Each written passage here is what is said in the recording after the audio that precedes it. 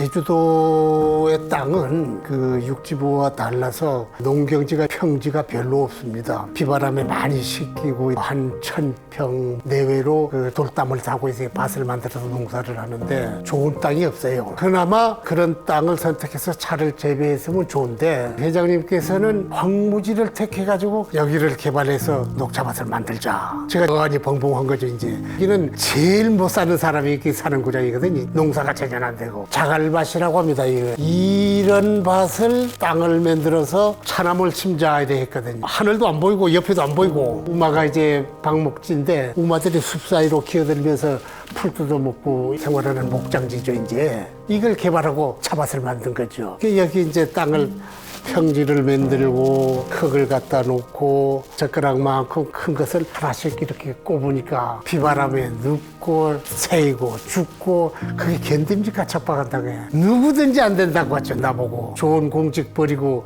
너희 미쳤지 이거 사람 할 짓이냐. 이 땅에는 물이 없어요. 먹는 물도 없고 얼굴 씻을 물도 없고 본래 사람이 못 사는 땅이죠. 이제 용수는 해결해야 될 거 아닙니까? 그래서 웅덩이를 파고 지붕에서 빗물을 받고 그 웅덩이도 그냥 물 빠지면 하니까 옆에 비닐 같은 게 이렇게 세워가지고 물 안 빠지게 해. 그게 우글우글 되는 모기 매체들이 많이 사는 그런 물을 받아놓고 그걸 생활용수로 썼어요. 말도 못하죠. 말도 못하죠. 얼굴을 씻을 수가 없어요. 그리고 이게 도로가 일반 차는 못 다니고 집차 타고 여기 올라면 그냥 머리 부딪히고 한 2시간이 걸려서 여기 교통 오지, 전기 통신 시설 하나 없지, 물 없지, 아무것도 없죠. 요건이 충족된 게 아무것도 없죠. 그래서 제가 서 회장님께 질문을 했습니다. 회장님, 제주도에 물도 있고 개간하기도 좋고 식물 자랄 수 있는 좋은 땅을 해서 개발하라고 하지 왜 제주도에서 제일 못된 땅을 가지고 이걸 하라고 하십니까? 아무 대답도 않고 웃기만 하세요. 자갈 보고 기름자갈이라고 그랬어요. 날 보고. 어째서 기름자갈을 압니까? 허인옥 교수가 그랬어요. 이 자갈이 많은 것 같지만은 거름 역할을 해가지고 흙 날아가는 것도 막아주고 물 식힘도 막아주고 공기 통기도 좋게 하고 토양 수분을 보존을 해주는 역할을 하기 때문에 식물을 자라게 합니다. 그래서 기름자갈이라 합니다. 되려 나한테 이런 설명을 줘요. 회장님이. 제가 용기를 얻은 거죠. 어떤 품종을 선택하고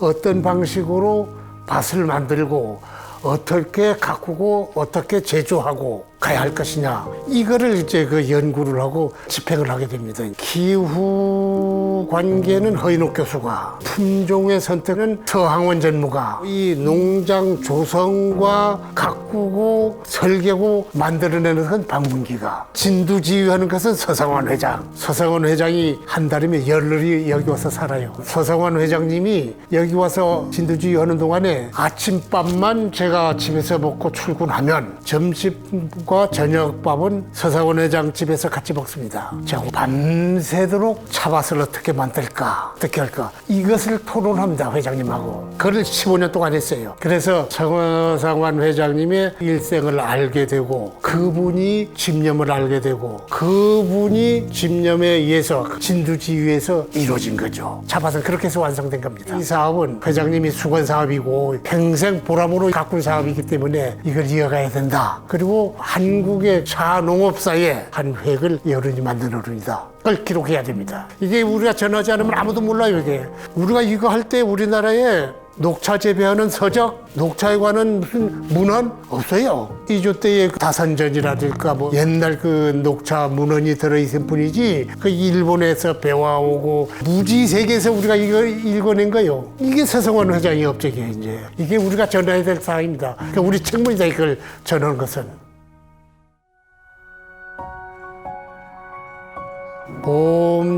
보험재단의 앞으로 그 운영 방향에 대해서 느끼는 바가 하나가 있네요.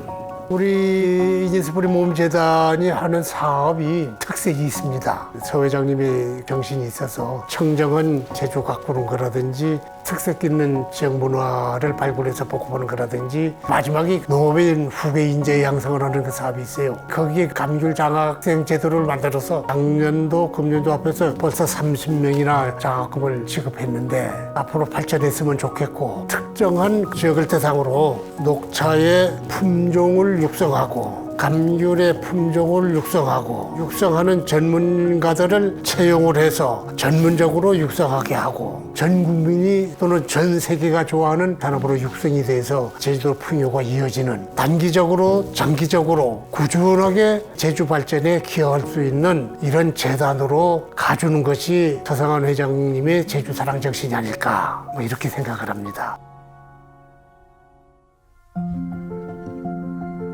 제주에 바라는 것은 청정한 자연 그대로를 유지하는 겁니다.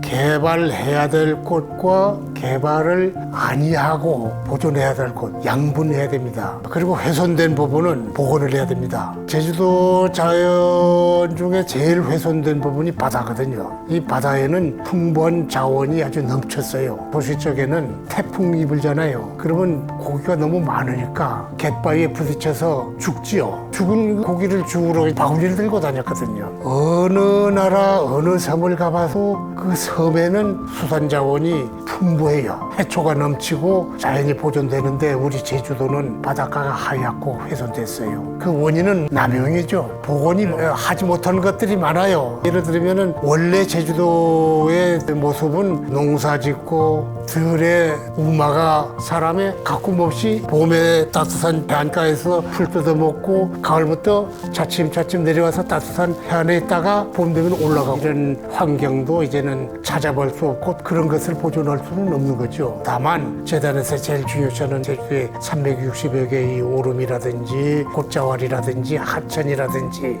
이러한 자연 자원은 절대 손대서 안 됩니다. 그대로 보존해야 되죠. 또 기업은 상생해야 됩니다. 최첨단 산업이라든지 정부가 지향하는 4차, 5차 이런 융복합 산업이라든지 제주도에 도입이 돼서 제주도의 풍요로움을 보여주고 전 세계가 찾는 이런 섬으로 제주도가 오래 보존이 됐으면 좋지 않겠나. 그러니까 그 서성환 회장님이 돌 하나, 나무 하나 그대로 보존하라고 하는 게 우리가 그 당시에는 그건 몰랐습니다. 이제 그 알지. 바로 이거를 지켜나가야 된다. 막 이렇게 생각을 합니다.